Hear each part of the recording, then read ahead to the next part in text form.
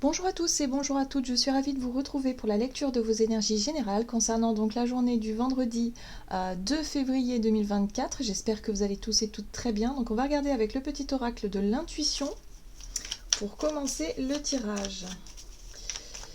Alors, pour les énergies générales de ce vendredi 2 février.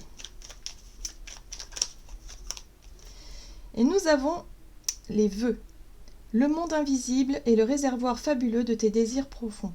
Aie confiance, l'univers cherche les moyens parfaits pour te combler, il te fera signe. Bon, alors c'est beau parce que là on a vraiment quelque chose qui nous parle de notre fort intérieur, de nos prières, hein, de nos souhaits les plus profonds, peut-être les vœux, hein, en tout cas les intentions que l'on transmet à l'univers, que l'on donne. Voilà, hein, il y a peut-être aussi besoin de se recueillir et parfois donner, voilà, on a peut-être envie de quelque chose. Pour certains, ça peut être un signe de quelqu'un qui est disparu, par exemple. Hein. C'est vrai que ça, des fois, c'est des choses qu'on souhaite. Avoir un petit coucou, ça peut arriver. Et puis, ça peut être aussi recevoir un signe du destin, et pour pouvoir nous donner un coup de main, là, maintenant, dans notre réalité. Hein. Donc là, il y a l'idée ici d'être peut-être plus attentif et attentive à nos intentions, à ce que l'on envoie à l'univers, à nos vœux, à nos prières. On nous dit ici que au plus on sera dans cette vibration justement de transmission, dans cette vibration haute, hein, justement pour que le message passe le mieux possible, eh bien il y a des chances que ce soit entendu. Donc là on nous dit attention, il est possible qu'on ait un signe, en tout cas, peut-être dans les jours à venir, peut-être dans les heures à venir, donc à voir. Très bien, on va regarder un message du tarot psychique. Donc pour ce vendredi 2, d'accord, qu'est-ce qu'on a? Ah ah. Et oui, on a la carte de la transformation. La mort, la renaissance, quelque chose qui change profondément. Hein, ça peut être un changement intérieur, mais aussi un changement extérieur. On est en train de vivre des transformations plus ou moins fortes, plus ou moins profondes, selon notre parcours, hein, ce que l'on est en train de vivre. Mais comme je vous le disais, c'est un rapport aussi peut-être à nos défunts. Voilà, donc peut-être qu'on a une petite pensée, effectivement, pour quelqu'un qui est parti, à qui on pourrait... oui, on pourrait nous envoyer nos prières, nos intentions, notre amour, hein, voilà, quelque chose comme ça. Bon, la transformation, c'est aussi quelque chose qui nous montre que on peut vivre ce changement, hein, intérieur, peut-être on peut rêver d'autres choses, on peut avoir peut-être d'autres aspirations, demander un coup de pouce à l'univers pour que les choses changent aussi, pour que les choses se transforment, pour que les choses bougent, c'est possible. Oui, parce que là, on a la carte de la patience. C'est comme si quelque part, on avait confiance en quelque part en notre chemin, en notre cheminement. On lance nos vœux comme ça à l'univers et puis on fait confiance et on sait qu'il va falloir du temps peut-être pour avoir un retour, pour avoir un signe, pour avoir une concrétisation, pour obtenir ce changement que l'on attend, cette transformation. Ou peut-être qu'on enclenche une transformation qui va durer un petit peu sur le long terme. Il y a quand même un truc comme ça où on se dit ok, là je prends ma vie en main, je sais par quoi il faut que je commence pour pouvoir changer radicalement quelque chose. Hein, que ce soit, je sais pas, si on veut améliorer notre santé, si on veut changer, on sait que ça va pas se faire comme ça, clac. Le résultat, on les aura pas tout de suite. Hein. Il y a un côté quand même où on a conscience que les changements que l'on fait maintenant, on aura les résultats plus tard. Donc il y a la notion de temps, tempérance, patience, on continue à fournir des efforts, on continue en tout cas dans ce processus de transformation. Avec confiance surtout et patience. Allez, on va regarder un message de l'oracle Libération énergétique pour ce vendredi 2 février. Ok, chakra du cœur. Bon, super. Alors là, on est dans la vibration du cœur. Hein. Donc les hautes vibrations, c'est l'amour inconditionnel, l'amour universel, la gratitude, toutes ces vibrations hautes, hein, qui sont amour finalement. Ça peut être l'amour aussi, l'amour de soi, l'amour des autres, évidemment tout ce qui est vibration positive. Donc là, on est au niveau du chakra du cœur. C'est les émotions aussi, les sentiments, mais dans ce qu'il y a de plus haut vibratoirement, hein, puisqu'on est connecté quand même à nos anges, à l'univers, au ciel, voilà, à tout ce qui représente cette divinité, cette dimension divine. Hein, vous voyez ce que je veux dire ? Ok, et là on a le chakra du troisième œil. Donc là on a des visualisations. J'ai l'impression ici qu'on pourrait visualiser hein, dans notre imaginaire, dans notre façon de voir les choses, dans notre analytique. Hein, on pourrait effectivement dire, ben voilà, moi j'aimerais que ça se passe comme ça. J'imagine que ça pourrait se passer comme ça, voyez. Donc là, on voit clair, peut-être, on a une prise de conscience, on y voit plus clair, on sait ce que l'on veut changer aujourd'hui pour avoir un positif plus tard, pour avoir un résultat, pardon, positif plus tard. Donc là, il y a vraiment ce côté clarté d'esprit, voilà, on sait ce qu'on veut. On sait ce qu'on veut changer. Très bien. On va regarder ici un message de l'oracle Les portes magiques de l'univers. Donc pour ce vendredi 2 février. Énergie générale de ce vendredi 2 février. Et nous avons la guérison intérieure. Waouh! Votre corps est un merveilleux instrument de compréhension de la vie. Tel un écrin, il abrite votre âme. Donc là, j'ai l'impression ici qu'on fait très attention à nous, à notre santé, hein, je le sens. Pour beaucoup d'entre nous, on a peut-être envie de plus prendre soin de soi, de changer les mauvaises habitudes, de vouloir changer en tout cas en mieux, de vouloir se transformer un peu à l'image de la chenille qui se transforme en papillon, bah c'est un peu ça. Hein, et on se dit que c'est maintenant qu'il faut qu'on fasse les efforts pour pouvoir renaître peut-être au printemps, ou en tout cas dans un futur relativement proche quand même. Donc là, il y a l'envie de guérir, il y a l'envie aussi d'apaiser le cœur, d'apaiser peut-être ce qui nous a fait souffrir jusqu'à présent, les peines de cœur, les émotions lourdes, les émotions fortes, les deuils, les choses comme ça. Donc là, on est appelé à ça. On sent qu'il se passe des choses. On pourrait, j'ai l'impression ici qu'on pourrait, avec l'idée de temps et de patience, hein, voilà, on pourrait effectivement retrouver confiance dans ce processus de transformation et de sentir hein, profondément cette guérison qui est en train de se mettre en place. On relâche les tensions, on relâche peut-être une souffrance, on lâche un petit peu quelque chose de...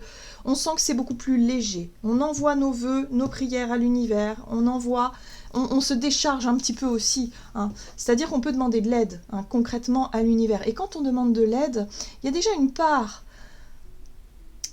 émotionnelle, une part de fardeau qui commence déjà à s'alléger. Voilà. Donc là, il y a quelque chose dans ce sens-là. Vous voyez, le temple intérieur. Donc on est très tourné vers soi-même, vers nos ressentis, vers notre guérison, vers un cheminement intérieur. On est en train de prendre conscience de notre propre transformation, du changement qui est en train de se mettre en place. Hein. La connexion directe avec la puissance de l'univers est en vous. La décision de l'activer aussi. Bon, ben voilà, déclic.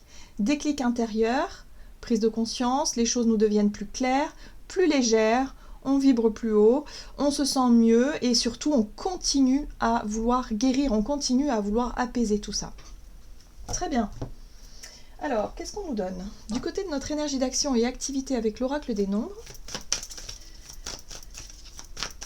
donc vendredi 2 février, on a le travail, la notion d'effort, la notion d'investissement. Ben oui, on sait bien que si on veut que les choses changent, si cette transformation a lieu au niveau émotionnel, ça nous demande des efforts. Ça nous demande effectivement de reconnaître nos parts de responsabilité, de reconnaître aussi, peut-être de reconnaître qu'il faut peut-être lâcher quelque chose, qu'il faut... qu'il faut tourner une page, qu'il faut... Et ça demande quand même des efforts, ça demande du travail, ça demande du temps, surtout. Et ça demande aussi d'avoir la foi. Voilà, donc la foi, c'est ça. On continue dans notre processus de transformation avec foi et confiance. Donc ce qui est intéressant quand même, c'est qu'on peut se sentir un peu plus guidé, un peu plus connecté, un peu plus accompagné sur ce chemin de guérison, et ça fait du bien. Voilà, il y a un allègement quand même dans un processus de guérison, il y a quand même un allègement ici. Très bien. Alors, avec le tarot doré, ici, donc énergie d'action et activité pour ce vendredi 2 février, on a la 2 de coupe, on travaille sur l'harmonie, on travaille sur l'union, on travaille sur l'équilibre, peut-être intérieur, hein, le yin et le yang, par exemple, notre propre dualité, hein, voilà. En tout cas, on cherche l'harmonie. La 2 de coupe, c'est l'union, c'est l'harmonie, l'harmonisation entre deux personnes, entre deux situations, en nous-mêmes, entre deux énergies. Voilà, ça c'est vraiment quelque chose qu'on souhaite obtenir. Donc on y travaille, on y travaille. Donc peut-être que pour certains d'entre nous, concrètement, on va essayer de se réconcilier, on va essayer de se rapprocher, faire ce qu'il faut pour obtenir peut-être un contrat, pour obtenir un accord, pour essayer de trouver cette notion d'équité, d'équilibre dans une situation. Qu'est-ce qu'on nous dit d'autre? Ouh, ouais, voyez la blessure du cœur. La 3 d'épée, c'est la douleur, la souffrance, la blessure. Il s'est passé quelque chose par rapport à notre émotionnel. Il y a quelque chose qui nous a piqué, qui nous a blessés. Et là, on peut se rendre compte qu'on est en train de guérir et qu'on souhaite guérir. On souhaite guérir et on sent que là, on a besoin de se transformer, on a besoin de changer en nous quelque chose d'important. Ouais, il y a un appel, voyez ça? Le jugement. Donc alors, ici, ça peut se manifester de plusieurs manières différentes. On pourrait être face à une situation, une peine de cœur, quelque chose qui nous a touché il y a quelque temps et qui peut se représenter aujourd'hui. Il peut y avoir des révélations avec le jugement. Il y a un côté très karmique avec le jugement, comme un rappel, comme un éveil, comme quelque chose qui nous saute aux yeux, voilà, où on comprend peut-être l'origine d'une souffrance, d'une blessure, et où on va essayer de rétablir, en tout cas, une notion d'équilibre, donc obtenir une guérison. Donc pour certains d'entre nous, ça peut être le pardon, ça peut être la réconciliation, ça peut être tout simplement réussir à retrouver cet équilibre en nous, de réussir à avancer le cœur un peu plus léger, voilà, parce qu'on se rend compte qu'on a guéri. Peut-être qu'on est arrivé au bout d'une guérison aussi pour certains d'entre nous, mais moi j'ai l'impression qu'il y a encore du boulot. Voilà, il y a encore un peu de travail, parce qu'on nous dit qu'il ne faut pas lâcher, il faut continuer. Alors, ce qui est intéressant, c'est qu'on a une 3 de denier. L'énergie de la 3 de denier, c'est effectivement la notion d'effort, la notion de travail, de se mettre au service de quelque chose. Peut-être d'être dans cette démarche de vouloir s'investir, peut-être avec bon cœur, faire les choses de la bonne façon, essayer en tout cas de s'y prendre de la meilleure façon possible pour réussir à obtenir cette réconciliation, cette conciliation tout simplement, ou ce rapprochement, cette union, ce contrat, peu importe, mais en tout cas, là, on nous invite à montrer le meilleur de nous-mêmes. On va être capable et en mesure de surmonter cette blessure parce qu'on veut guérir, tout simplement, et on veut réussir à peut-être tourner une page, ou en tout cas retrouver, oui voilà, on veut réussir à retrouver quelque chose de sympa dans les énergies. Le valet de coupe, c'est un nouveau départ. On a envie de cicatriser nos blessures pour pouvoir s'autoriser à revivre quelque chose de nouveau avec ce valet de coupe. Peut-être repartir sur des bases saines pour certains d'entre nous, mais c'est surtout s'autoriser à aimer de nouveau ou s'autoriser à vibrer de nouveau. Donc voyez comment ça résonne, pour beaucoup ça se joue au niveau relationnel et sentimental, mais pour d'autres ça peut être aussi l'amour d'un projet, l'amour de soi aussi, l'amour de quelque chose d'important qui fait que depuis un échec ou depuis cette souffrance-là, il y a eu une difficulté quelque part à reprendre le cours, à s'autoriser à vivre une nouvelle aventure. C'est comme quand on s'est lancé dans un projet corps et âme, on était à fond, et puis finalement il y a eu un échec. C'est difficile après de reprendre, de retrouver un petit peu cet amour du projet ou d'un projet pour pouvoir se relancer dans quelque chose, parce que la blessure est là. Donc ça prend du temps de guérir. Il y a un processus, évidemment, de guérison. On a vu qu'avec la carte de la patience, on était quand même assez patient. Ça fait peut-être un moment qu'on travaille là-dessus.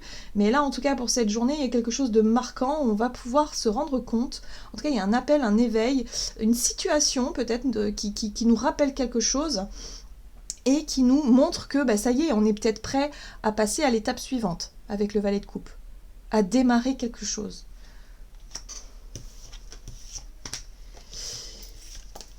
Très bien, ok, on va regarder sur le plan relationnel et sentimental. Donc on reste centré sur nos vœux, sur nos rêves, sur nos désirs. Qu'est-ce qu'on demande à l'univers finalement? Qu'est-ce qu'on souhaite au plus profond de nous-mêmes? Et là on a le partage avec le chiffre 11. Ici, le partage, c'est l'équité, l'équilibre, le côté un peu justesse, justice, dans une situation où on demande à ce que les choses soient équilibrées, justes. Voilà, ici on nous parle de la famille, donc relation familiale, le foyer, voilà, on a peut-être besoin de rééquilibrer quelque chose ici. Hein. Ok, qu'est-ce qu'on nous donne? Hop, ok, on a la 4 de bâton qui nous parle d'engagement, de stabilité, de concrétisation. Il y a peut-être, alors ça peut nous parler aussi de notre foyer, hein, notre maison, hein, concrètement. Voilà, donc il peut y avoir quelque chose en ce sens-là, où on cherche à sécuriser, stabiliser quelque chose. Mais il faut que ce soit juste, il faut que ce soit le partage honnête. Et il faut peut-être aussi sortir d'une espèce de croyance ou d'une espèce de pensée négative. Hein, la 8 d'épée, c'est effectivement un schéma de pensée qui a tendance à nous faire croire qu'on n'est pas assez bien, qu'on n'est pas assez ceci, qu'on n'y arrivera jamais, que c'est impossible. Hein, c'est un petit peu ça, ouais, c'est impossible. Mais pourquoi? Peut-être que si c'est possible, peut-être qu'il y a une situation qui peut se dénouer, hein, retrouver un équilibre, peut-être qu'on peut y arriver. Mais évidemment, il va falloir qu'on se sorte de cette énergie de la 8 d'épée qui nous enferme ici, qui nous entrave et qui nous montre pas forcément les bonnes solutions, hein, ou en tout cas les bonnes réponses. Ok, ici on a l'empereur, très bien. Donc l'empereur, c'est notre capacité à prendre les choses en main, c'est la responsabilité, c'est une forme d'autorité, hein, l'empereur aussi. Hein. Donc là, il y a peut-être la possibilité de retrouver une forme d'autorité par rapport à une situation qui demande une réparation, justice peut-être. Alors pour certains, ça peut être ça peut être une démarche de justice en lien avec la famille, avec peut-être un lien particulier peut-être avec une maison, un foyer, je sais pas. Il y a un besoin de retrouver, si vous voulez, la souveraineté, il y a un besoin de retrouver un petit peu cette position de l'autorité. Mais il faut sortir de la 8 d'épée qui pense... La 8 d'épée, c'est comme si on se dit « Ouais, mais non, je ne suis pas, je suis pas capable. » Ou « Je ne me sens pas... J'ai du mal à reprendre ma place d'autorité. J'ai du mal à réclamer peut-être, ou j'ai du mal à m'imposer, j'ai du mal à faire respecter un peu ce que je désire voir venir. » Donc là, il y a quelque chose, il faut sortir de ça. Bon, ce qui est intéressant, c'est qu'on a une reine d'épée. Et la reine d'épée, elle nous apporte quoi? Elle nous apporte du discernement. Il peut y avoir de nouvelles informations, ou alors on pourrait avoir les idées beaucoup plus claires vis-à-vis de ce qu'on veut mettre en place, vis-à-vis aussi de notre capacité peut-être à reprendre notre pouvoir personnel vis-à-vis d'une situation familiale. Il y a peut-être des choses à régler. Il y a peut-être des choses à remettre en place. Un règlement, un équilibre à retrouver, voilà, quelque chose comme ça, où il faut quand même... Là, il y a quelque chose qui demande à être... respecté. Hein. Pour moi, je pense que c'est une question de respect ici. On veut être respecté et on va essayer de le faire de la meilleure façon possible. Mais pour ça, il faut sortir de nos croyances limitantes, sinon on ne va pas y arriver. Oui, c'est beau parce qu'on le fait aussi avec l'élan du cœur. On ne va pas être trop rigide, parce que la reine d'épée, parfois, elle peut être très rigide et un petit peu froide, un peu tranchante dans sa façon d'exprimer les choses. Avec un as de coupe, on peut se montrer totalement aussi transparent. Et dire ce qu'on ressent, voilà, de manière ouais, c'est ça, en toute transparence. Et il peut y avoir un nouveau départ, un nouveau bonheur. Ça peut être un pardon aussi. J'ai l'impression qu'on pourrait se pardonner et en même temps pardonner aux autres de nous avoir blessés, peut-être de nous avoir fait du mal par le passé. Donc là, on retrouve la possibilité de retrouver sa place dans une famille, dans un foyer, dans un groupe de personnes. Voilà, on retrouve quelque chose de plus juste. Et ça fait du bien. Ok, super.